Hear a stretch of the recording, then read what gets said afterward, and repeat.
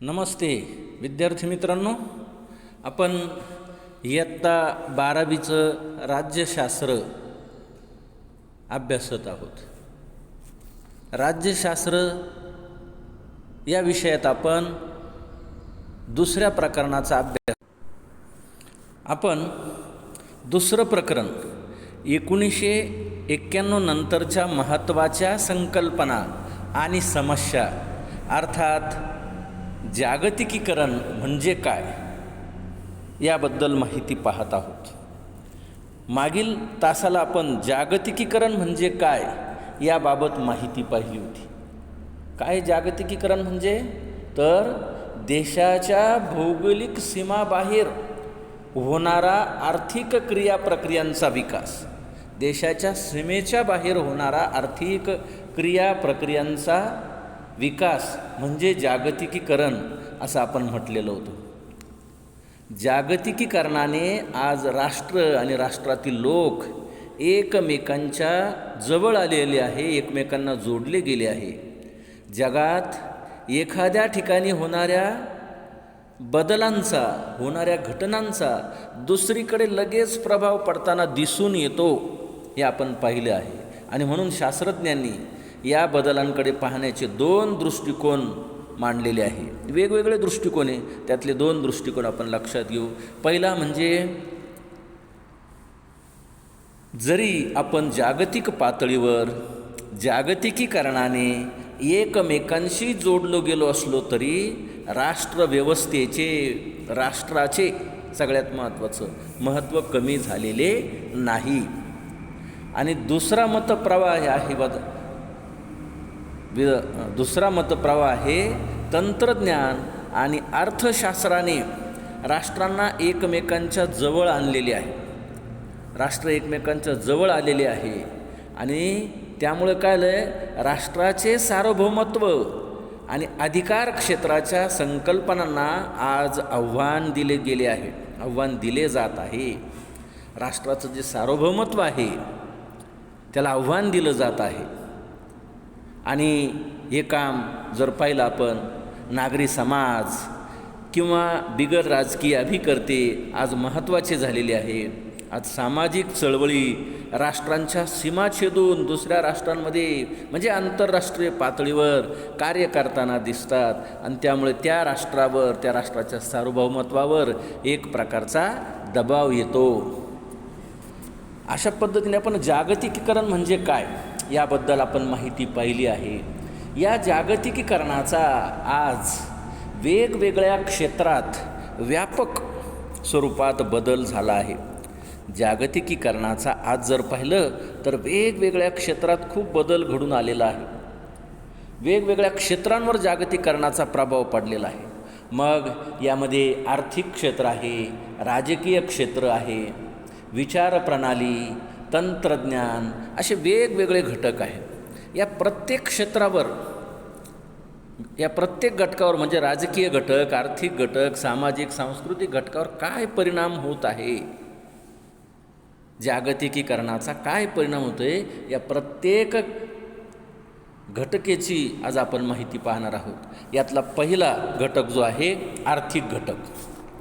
आर्थिक क्षेत्रात जागतिकीकरणाने कोणते महत्त्वाचे बदल घडून आले असं जर आपण विचारलं, काय आर्थिक क्षेत्रात जागतिकीकरणाने कोणते बदल घडून आले, तर पहिलं म्हणजे भांडवली गुंतवणूक ही मुक्त स्वरूपात झाली. भांडवली गुंतवणुकीचा मुक्त व्यापार सुरू झाला आणि त्यामुळे व्यापारात बदल झाला, उद्योग व्यवसायात बदल झाला. म्हणजे अनेक परिणाम त्या ठिकाणी झाले. कंपन्यांमध्ये बदल झाला, बहुराष्ट्रीय कंपन्या, त्याचं ट्रान्सनॅशनल कंपन्यांमध्ये, देशातल्या कंपन्यांचं बहुराष्ट्रीय कंपन्यांमध्ये रूपांतर झालं. असे अनेक बदल केवळ भांडवली गुंतवणुकीचा मुक्त संचार झाल्याने झाले आहे. या घटकांची माहिती पाहिजे आपल्याला. तर आर्थिक क्षेत्रात काय बदल झाले, तर पहिला काय मुद्दा आहे, भांडवली गुंतवणुकीचा मुक्त संचार झाला आहे. गुंतवणूक सगळ्यात महत्त्वाची उद्योगाला आवश्यक आहे, गरज असते. उद्योगाला भांडवलाची अत्यंत गरज असते आणि ही भांडवली गुंतवणूक उद्योगामध्ये खाजगी किंवा सरकारी अशा दोन्ही पातळींवरून आज होत आहे. उद्योगामध्ये भांडवली गुंतवणूक ही केवळ सरकारी पातळीवरच नाही तर खाजगी क्षेत्रातून देखील आज होत आहे. उदाहरण दिलं आहे, म्हणजे भांडवल उद्योगासाठी अत्यंत महत्त्वाचं आहे आणि आज मात्र हे भांडवल खाजगी पातळीवर किंवा सरकारी पातळीवर देखील उपलब्ध होत आहे. आणि त्यामुळे उद्योगाचा विकास होत आहे. इथं उदाहरणं दिले टाटा किंवा रिलायन्ससारख्या खाजगी कंपन्या या भारतातच नाही तर अमेरिका, युरोप, आफ्रिका या देशांमध्ये देखील गुंतवणूक करतात. म्हणजे गुंतवणुकीचा मुक्त संचार झाला आहे. भारतातल्या कंपन्या वेगवेगळ्या देशात आज गुंतवणूक करत आहेत. ONGC सारखी सरकारी कंपनी परदेशात गुंतवणूक करत आहे. ONGC ही सरकारी कंपनी, भारत सरकारची कंपनी ही परदेशात गुंतवणूक करत आहे. तसेच अनेक परदेशी कंपन्या देखील भारतात गुंतवणूक करत आहेत. भारतात देखील अनेक परदेशी कंपन्या गुंतवणूक करत आहेत. ही गुंतवणूक पायाभूत सेवा सुविधा तसेच ग्राहकोपयोगी अशा दोन्ही क्षेत्रात होताना दिसून येतं. कुठं होते ही गुंतवणूक? पायाभूत सुविधा सेवा क्षेत्रामध्ये पायाभूत सुविधा वाढवण्यासाठी गुंतवणूक होत आहे.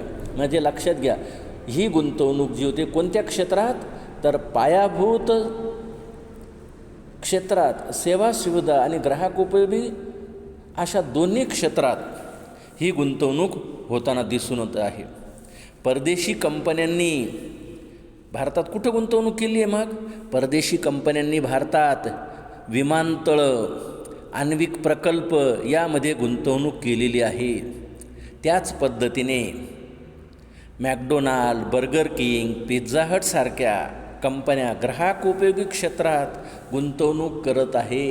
लक्षात घ्या, ग्राहकोपयोगी क्षेत्रात गुंतवणूक करणाऱ्या कंपन्या कोणत्या? तर आपल्याला माहिती पाहिजे. कोणत्या? McDonald, burger king, Pizza Hut सारख्या कंपन्या ग्राहकोपयोगी क्षेत्रात गुंतवणूक करत आहे.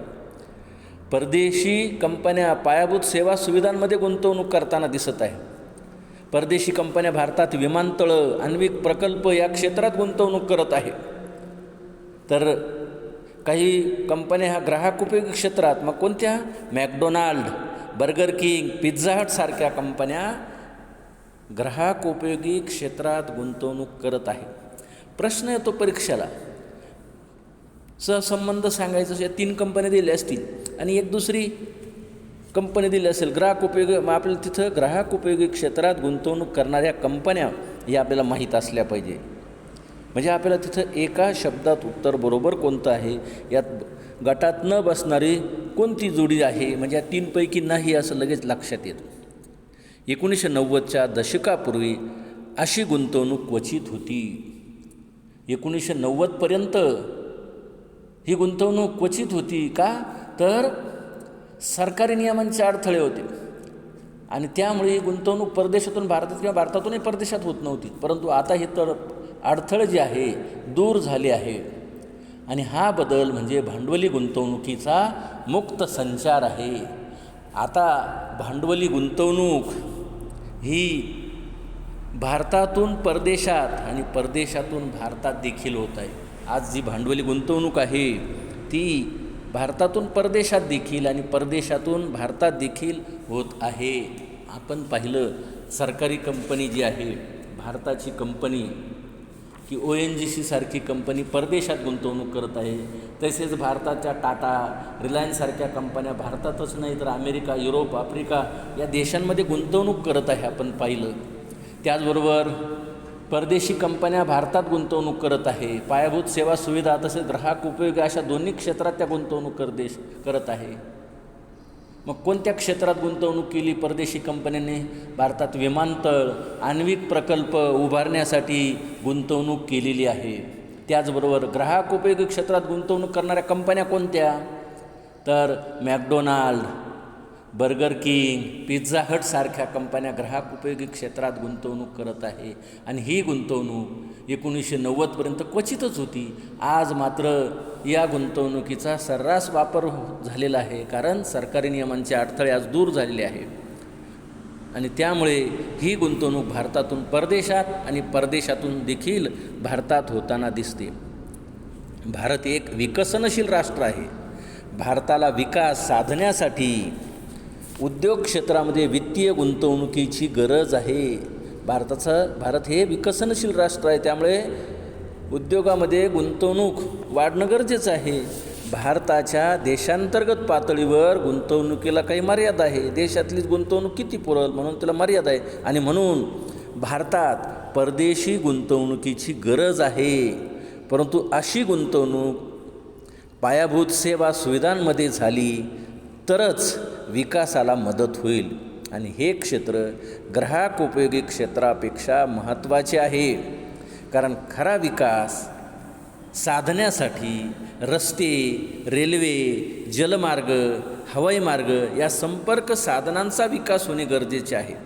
आणि म्हणून या क्षेत्रात अधिक गुंतवणूक करणे महत्त्वाचे आहे. म्हणजे पायाभूत सेवा सुविधांमध्ये गुंतवणूक करणे अधिक महत्त्वाचे आहे. कोणत्या पायाभूत सुविधा? तर रस्ते, रेल्वे, जलमार्ग या संपर्क साधनांचा विकास करणे गरजेचे आहे, तरच देशाचा विकास होतो. या ठिकाणी आपल्याला भारतातील काही कंपन्या आहे, त्यांनी परदेशात गुंतवणूक केलेली आहे. तसंच या ठिकाणी परदेशी कंपन्यांनी देखील भारतात गुंतवणूक केली. आता भारतातील कंपन्या कोणत्या तर या ठिकाणी दिसतं पहा. टाटा जॅग्वार लँड रोव्हरचा कारखाना कुठे आहे? युनायटेड किंगडममध्ये आहे. कोणाचा आहे हा?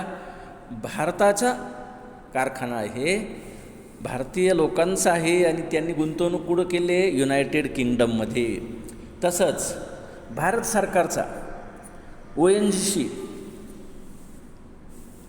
ही कंपनी भारत सरकारची आहे, पण या कंपनीने व्हिएतनाममध्ये तेल उत्पादन कारखाना व्हिएतनाममध्ये उभारलेला आहे आणि तिथं तेल उत्पादन करतो.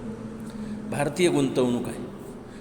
जसं म्हणजे या ज्या कंपन्या भारतीय कंपन्या आहे, परदेशात गुंतवणूक केली, तसंच परदेशी कंपन्यांनी देखील भारतात गुंतवणूक केली. उदाहरणार्थ या ठिकाणी मायक्रोसॉफ्ट भारतात आहे. ही कंपनी अमेरिकेची आहे, अमेरिकेने भारतात गुंतवणूक केली मायक्रोसॉफ्टमध्ये. त्याच पद्धतीने अमेरिकेचाच हा उद्योग आहे, नेस्ले उद्योग समूह भारतात आहे. कोणाचा आहे? अमेरिकेचा आहे. अमेरिकेचा हा उद्योग आहे भारतात आणि त्यांनी गुंतवणूक केली. म्हणजे भारताने देखील परदेशात वेगवेगळ्या देशांमध्ये आपल्या कंपन्या कार्यरत केल्या आहे. परदेशी कंपन्या देखील भारतात कार्यरत झाल्या आहे आणि त्यामुळे उद्योगांचा विकास झालेला आहे. त्यानंतर दुसरा मुद्दा आपल्याला आर्थिक क्षेत्रातला घ्यायचा आहे. व्यापार या संकल्पनेत झालेले बदल. अलीकडे व्यापारात खूप बदल झाले. 1990च्या दशकात व्यापार या संकल्पनाच्या दृष्टिकोनात खूप बदल झाले. 1990पर्यंत पारंपरिक पद्धतीचा व्यापार होतात, भांडवली गुंतवणुकीवर मर्यादा होत्या. परंतु आता हे अडथळे दूर झाले आणि त्यामुळे व्यापार क्षेत्रात व्यापार या संकल्पनेत आज खूप बदल झालेले आहे. काय बदल झाले? तर 1948 पासून आंतरराष्ट्रीय व्यापारात बाबतचे नियम हे गॅटच्या अंतर्गत आखले जात होते. 1948 पासून व्यापाराबाबतचे नियम गॅट कराराद्वारे आखले जात होते. गॅट ही संघटना नव्हती, तर गॅट हा व्यापारासंबंधीचा राष्ट्रादरम्यान झालेला करार होता. 1995मध्ये या गॅटच्या जागी जागतिक व्यापार संघटनेची म्हणजे WTOची निर्मिती केली गेली. WTO ही संघटना व्यापारासाठी उभारण्यात आली. काय काम आहे WTOचं आज?